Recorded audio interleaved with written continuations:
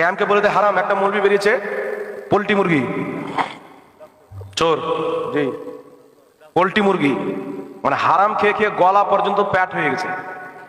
ওকে দেখেন তো বুঝতে পারবেন না যে বুক কোনটা আর প্যাট কোনটা, মনে হবে পায়ের তলা থেকে মাথা অব্দি প্যাটই আছে।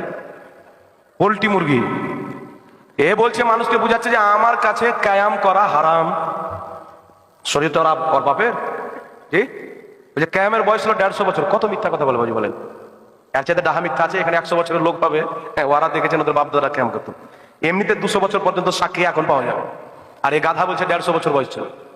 কায়াম কোনো ইমাম করেনি, হাদিসে নাই। কটা হাদিস পড়েছে? আল্লাহ কোরআন পাকে বলেনি যে ভালো কাজের জন্য যদি দাঁড়িয়ে বলা হয় তো দাঁড়িয়ে যাও? তো নবীর সম্মানটা ভালো কাজ না খারাপ কাজ? জি বুখারী শরীফের হাদিস পড়েন, বাবুল কায়ামের মধ্যে একজন সাহাবী এসেছেন যাকে রাসূল পাক কিছু সাহাবীর সর্দার বানিয়েছিলেন। রাসূল পাক উনি যখন আসলেন বললেন কুমু ইলা সাইয়্যিদিকুম, তোমাদের সর্দারের সম্মানে দাঁড়িয়ে যাও। বুখারীর হাদিস, উঠান মিশকাত শরীফ বাবু মা জাআ ফিল কায়ামের মধ্যে হাদিস। সাহাবা বলেন রাসূল পাক যখন মজলিস থেকে উঠে যেতে লাগতেন, কুমনা কায়াম, আমরা নবীর সম্মানে কায়াম করতাম, দাঁড়িয়ে যেতাম, যতক্ষণ পর্যন্ত নবী পাক তিনার স্ত্রীগণের মধ্যে কোনো একজনের হুজরাতে পরিবেশ না করতেন, আমরা নবীর সম্মানে দাঁড়িয়েই থাকতাম।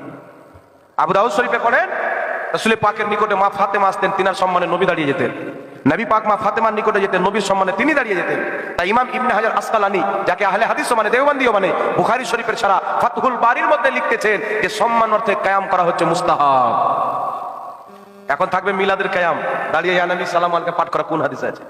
জি কিছু মৌলবি বেরিয়েছে মানুষকে বুঝাচ্ছে যে নামাজে আমরা বসে সালাম দিই, নামাজ হচ্ছে উত্তম ইবাদত, আর তুমি বেটা দাঁড়িয়ে সালাম দিচ্ছ, তো নামাজটার মধ্যে যে বসে সালাম দিচ্ছি ওটা বেশি ভালো না দাঁড়িয়েটা ভালো? তাহলে বিদাত হলো, নামাজটা কে শিখেছে? আল্লাহ ফরজ করেছেন, তা আল্লাহ শিখাচ্ছে আমার নবীকে বসে সালাম দাও, আর তুমি বেটা দাঁড়িয়ে সালাম দিচ্ছ মানে? আমি ওই মৌলবীকে বলেছিলাম তোমার বাপ মরবে তখন জানাজা নামাজের সালামটা বসিয়ে দিও, নাকি বলেন? এ 5 ওয়াক্তের নামাজ তো ডেলি পড়ে মনে আছে, জানাজা নামাজ কোনো দিন পরে তো ভুলে গেছে। জানাজা নামাজে সালাম পড়ে না বাবজি, দরুদ পড়ে না, বসে না দাঁড়িয়ে, একা একই না সম্মিলিত ভাবে না? আচ্ছা শুনেন, আল্লাহ বলেননি যে বসে পড়ো দাঁড়িয়ে পড়ো, দাঁড়িয়ে পড়লেও যাইজ, বসে পড়লেও যাইজ। তো নবীর সম্মানে সাহাবারা দাঁড়াতেন, আমরা সাহাবার সুন্নাতকে জিন্দা রাখার জন্য কখনো কখনো নবীকে দাঁড়িয়ে সালাম দিই।